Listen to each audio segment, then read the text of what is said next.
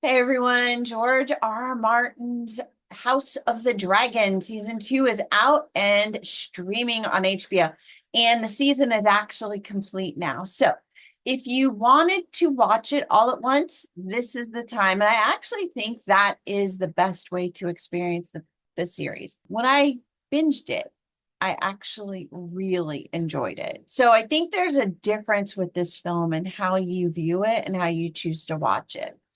All right, so as we get in, definitely remember to give this video a thumbs up and subscribe for more because there are more videos and you will make my day.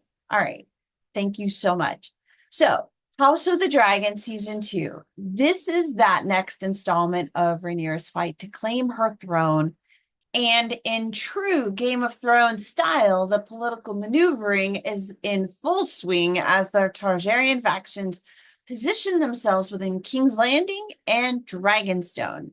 Lives are lost in shocking and horrible ways that kind of vacillate between being truly awful and actually kind of poignant at times. And there are so many dragons that we truly understand why the Targaryens were so powerful and why that power lasted with no dragons to be seen in the Seven Kingdoms for centuries leading up to the time of Daenerys Targaryen. The dragons were like revered as godlike creatures, and the fact that the Targaryens could control these beasts and have these premonitions of the future really speaks to their importance to the health and well-being of the Seven Kingdoms. And when the Targaryens fight, everyone pays the price. It really is a beautiful setup for establishing the world before a song of ice and fire. And this is really how you have to set up a prequel. They do it in such a way that they really are taking their time, maybe a little, to set up the downfall of a very powerful house and to see that downfall in the future. You can actually see those building blocks as we go. And I really couldn't help but to compare and contrast the HBO Max version of a takedown of a big, powerful group or structure like the Targaryens and how Disney set up the takedown of the Jedi and the Acolyte. These two shows are massive franchises with massive fan bases that are equally as opinionated about the stories and the characters within their worlds. However, we see a real different approach that the writers from each of the shows take as they craft the stories and the characters within their established worlds to construct a prequel that can realistically bring about the future that the audience has already seen. And that, again, is really the whole point of a prequel. It's clear that House of the Dragon knows exactly what it is and it's playing into its purpose. So let's also get into the tech for House of the Dragon.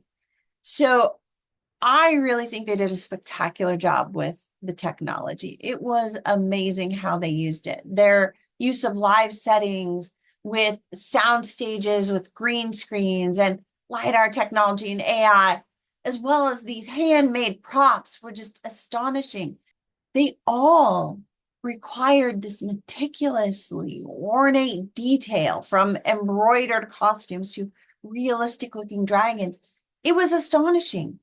It was well done and puts to shame so many other Hollywood blockbusters released into the theater that are made with really poor CGI, B film scripts, poor direction, and all of it at a cost of more than what HBO Max spent on House of the Dragon.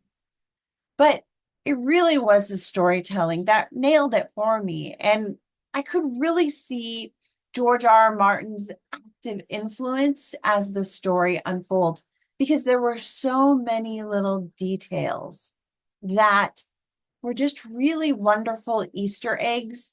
If you've actually read the novels and you've read the short stories and you've read the histories, there are so many Easter eggs that touch to moments in the cinematic version of Game of Thrones, as well as to the stories that George wrote. And there was just one scene that just kind of quietly answered one of the biggest questions in A Game of Thrones. Where did Daenerys's dragon eggs come from? Well, we see Rhaenyra sending away 4 dragon eggs to keep them safe. But hey, where did that 4th egg go? So it answered a question by raising another question, which means there's something going to come to that later. So these little Easter eggs pass quickly within the series, and they do not call attention to themselves, which is one of the cool things about them. You really have to be watching the show. And I think when you binge it, you end up picking up a lot more of these little moments than you would if you just watch it episode to episode to episode on a week by week basis. So they're like things like this littered throughout this particular season. And I think there definitely were some of these in season 1, but there are so many more of them in season 2 that if you are a GOT geek like me, you really do start picking up on them, and it makes it that much more interesting of a series. And this season really does peel back the layers of raw ambition and scratches the wounds caused by mistrust and the spreading of intentional misinformation that is used to manipulate circumstances in their own favor. And the political games are absolutely in full swing at this point in the story. And what I like best about House of the Dragon is that as big as the world is, with all the different houses vying for power, the story itself is very small. It is very focused on a single family that is fighting for its survival, never actually understanding that, hey, they're cannibalizing their own future with their desire to win the throne. House of the Dragon doesn't get caught up in the side stories of the other houses, and we stay firmly focused on the key players within the Targaryens Game of Thrones, which really allows the series to just dive really deeply into the characters, testing them, creating new wounds and hard-won victories that are really difficult to celebrate.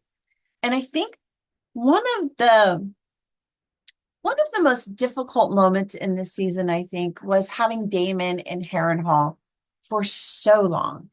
A part of it does definitely feel like he overstayed his welcome there.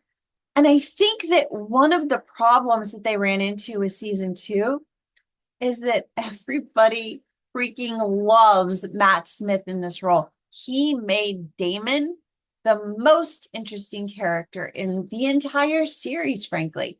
And that's in some ways really unfortunate because I think they had to do extra work in order to kind of turn him a little bit so that he does support Rhaenyra more.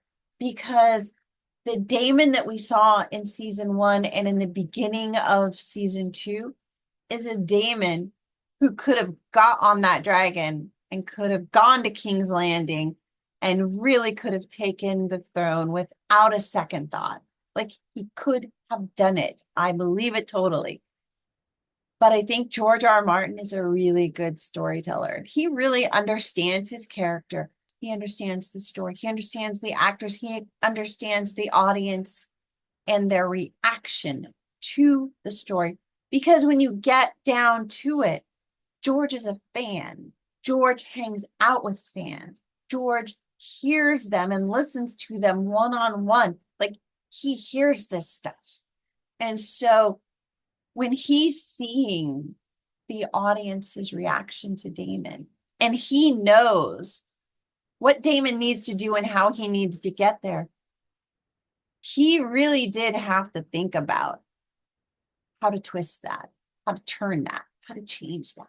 And so he did have to stick around a little longer than maybe we would have liked, so he could go through that whole process of, having these visions and these experiences that transformed him into a believer of the future, a believer of a song of ice and fire.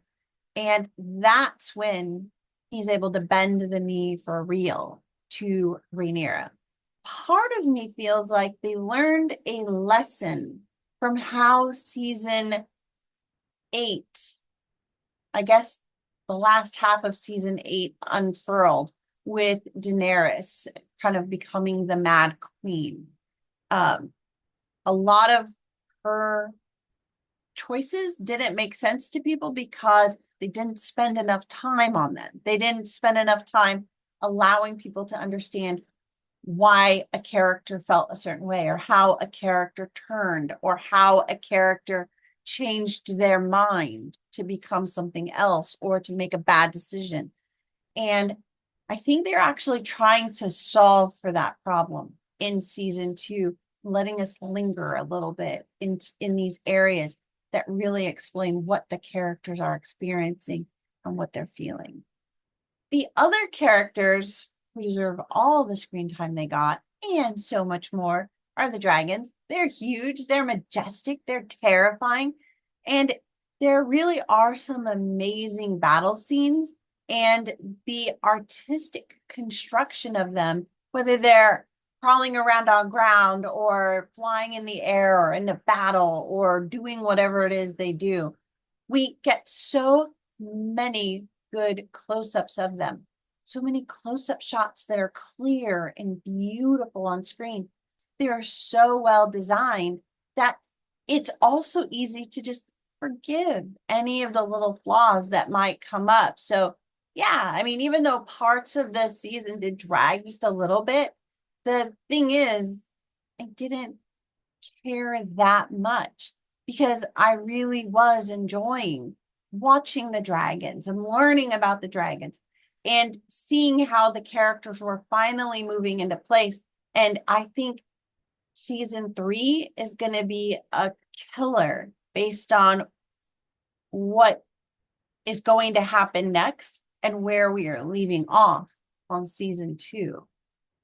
And honestly, as a result, House of the Dragon hits all of the marks that really matter.